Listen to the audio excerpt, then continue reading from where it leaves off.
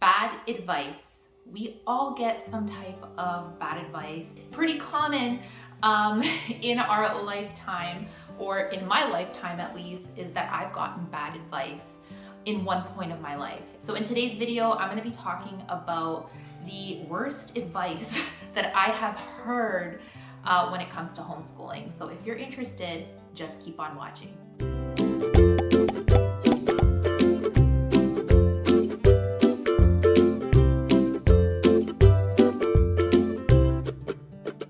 Hi friends, welcome back to my channel. If it is your first time here, welcome. I am a homeschool mom of 3 kids, and in today's video, we are going to be talking about the worst advice that I have heard when it comes to homeschooling. I'm making this video to rather help you, if you ever hear this types of advice, to really think about the advice that you're getting when it comes to homeschooling. Is it going to help me with my personal growth? Is it going to help me in my homeschool journey? You gotta really be careful and take advice with a grain of salt, because there is sometimes really bad advice out there.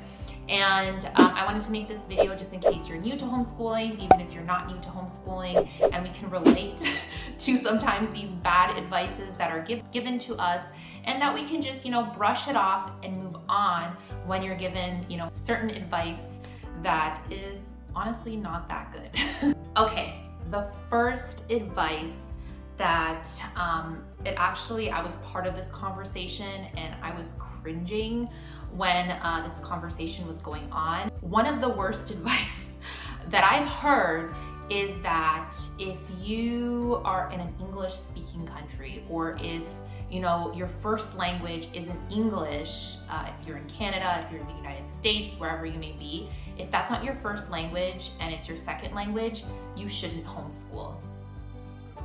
Yeah, I've heard that before. And the conversation kind of went like this. A mom was kind of worried because she wanted to homeschool her kids. She wasn't sure if she should start homeschooling because English was not her first language. And I was actually encouraging her and telling her, you know what, that doesn't matter. It's actually awesome that you can teach your child a second language, and that can definitely just be a subject on its own. It's going to be okay. Another mom didn't even homeschool, comes in and says, you know what, your child's education is very, very important. I would advise you not to homeschool if English is not your first language. I was shocked, okay? But there is a lot of, people that think that way and say, like, you know what, I can't homeschool because English is not my first language. How am I going to teach my child how to read if English is not my first language, right? So there is a lot of, sometimes parents do get scared because of that. Now I'm here to encourage you, to tell you, yes, you can homeschool your child if, wherever you're living, it's not your first language. I know it might sound intimidating, but there is awesome curriculums out there, and you're going to learn alongside your child. And if you really do feel like not that confident, you can start by teaching your child in your first language and start from there until you get used to homeschooling. I think it's pretty awesome that when you have English as your second language, because your child learning a second language is so good for them. So if English is not your first language, do not be discouraged. I know you might be worried, but really do look into it, and don't let that discourage you from not homeschooling, because that does not mean that you cannot homeschool your child. I actually know a lot of friends that English is not their first language, and they are doing amazing. They're homeschooling their kids. They're amazing homeschool moms, and they were worried about, homeschooling their kids, and they brought that worry to me in the beginning of their homeschool journey, and they're just doing amazing. Also, finding a curriculum that makes teaching your child a bit easier definitely does help. I use The Good and the Beautiful, and a lot of moms that I know that have English as their second language use The Good and the Beautiful, and they love it. Just remember that you got this, regardless if English or, the country that you're in, it's not your first language. You can definitely still homeschool your child. Another bad advice that I've gotten regarding homeschooling, and I was like wondering if I should bring this up, but I was shocked when I heard this. And it was advice, but it was kind of like to put someone down as well, because an advice can be a way of putting someone down, and you're gonna see what I mean by this really bad comment. Facebook groups can be great. You can ask questions on Facebook groups, but Facebook groups can also be a little scary because you get some advice that you're kind of like, oh man, how does someone even write that? So there was a thread on a Facebook community group regarding basically a mom started a comment and saying how moms that use this curriculum are dumb and not smart. I was shocked when I heard that. And they were specifically talking about moms that use the good and the beautiful are basically not smart. They did use the word dumb. I used the good and the beautiful. So I was like, okay, this is awkward. I don't consider myself not smart enough to homeschool my child. So they were just giving advice that not to use this curriculum because, you know, only not smart moms use this curriculum. It was a really mean comment on a group. And it got taken down, and there was people going on and on about like, no, this is like an amazing curriculum, it doesn't mean that, and it was like back and forth. It was bad. Now, obviously, I do not agree with that. I think most of us moms can think like, okay, that was really, really bad. If you don't like a curriculum, you don't have to bash the curriculum like that and put another mom down for using a curriculum that works so well for them. And it's just wrong. It was just a wrong comment. The reason for me to bring this up is that sometimes you will get advice regarding certain curriculums just because a curriculum does not work for, you know, a certain family does not mean that curriculum will not work for you. Now there is, you know, reviews out there saying, you know what, this curriculum did not work for my child because of this, this, and this. That's totally fine. But calling another mom dumb for using a curriculum, and the reason why they were calling moms dumb for using this curriculum or not smart, it was really bad. I'm not even telling you the words that were used in this thread. But the reason was because the good and the beautiful is very easy to use. And like it's word for word. You could say it word for word and you could teach your child, right? And I guess they were just hating on, you could tell they just didn't like the company, right? So they were just trying to bring down other moms. Not all advice is good advice.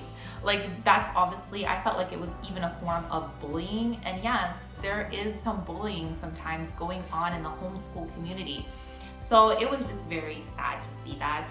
I'm happy that it was taken down. I don't think it was taken down fast enough because it was bad. I don't think that's good advice to take when you're bashing the curriculum company.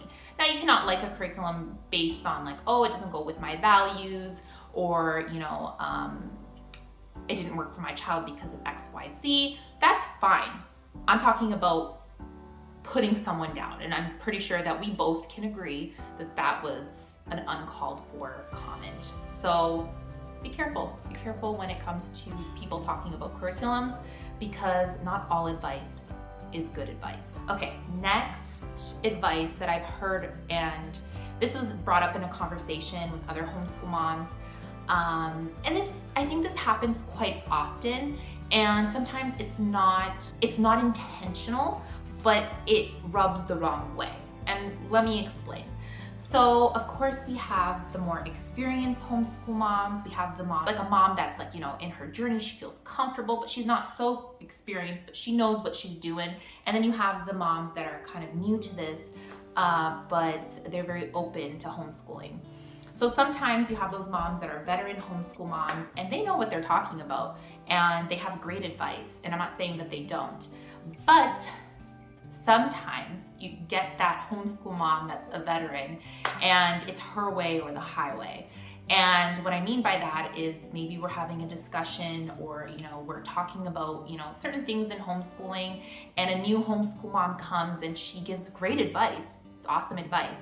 But that veteran homeschool mom doesn't agree with it, and she'll be like, look, honey, I've been doing this for 10 plus years.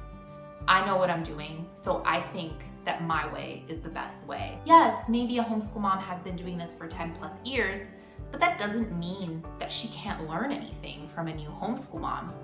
Man, guys, I watch homeschool videos all the time from newer homeschool moms, and I am learning about different resources, different things all the time. Not that I am a very seasoned homeschool, I'm just going into my 4th year homeschooling.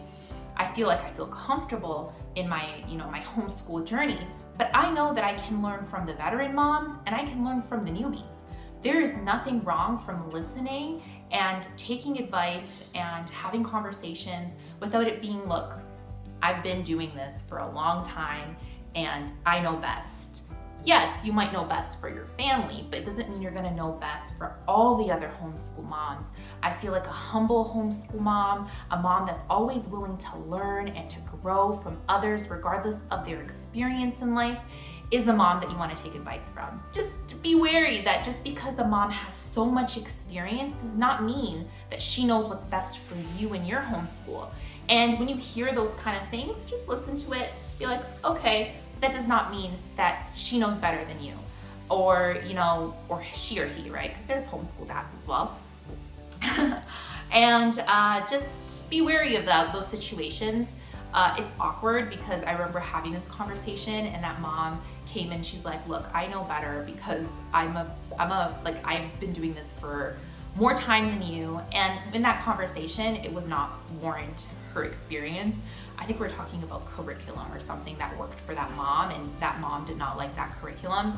And she was just kind of like, you shouldn't be using this curriculum because I know best, right? It was kind of like one of those conversations. But so just be aware that these things might happen. An experienced mom might think she's better than, a mom that just started off or that has less experience.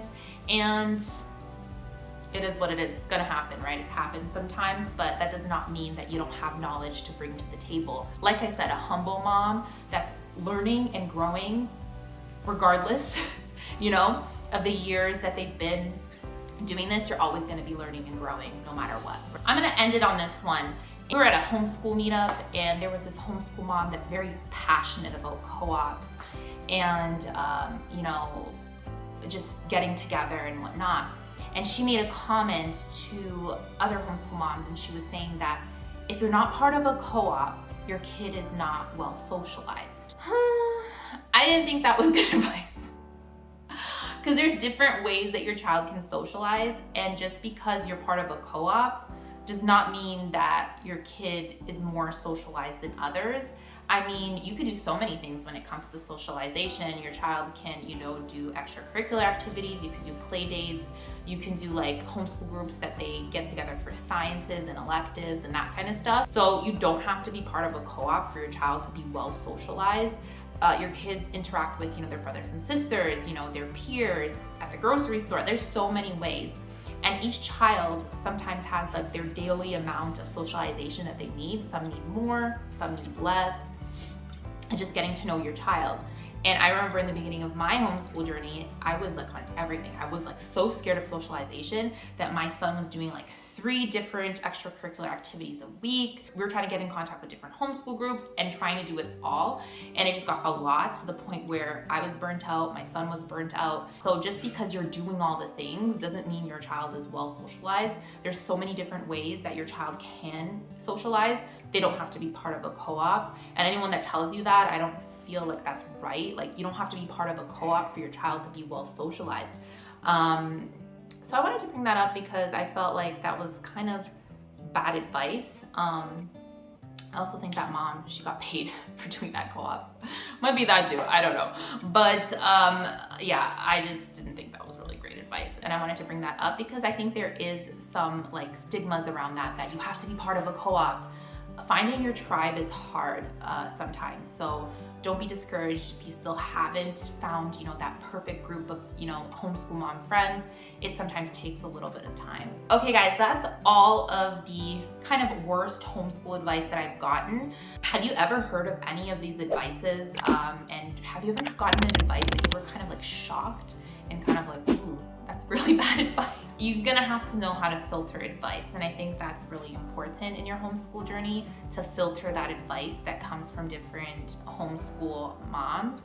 And Yeah, this is to encourage you and not to discourage you, and just to be like, you know what, we've all been there. Thank you so much for watching this video. If you enjoyed it, make sure to give it a thumbs up. Make sure to subscribe to the channel if you haven't already, and I will see you in my next video. Bye guys.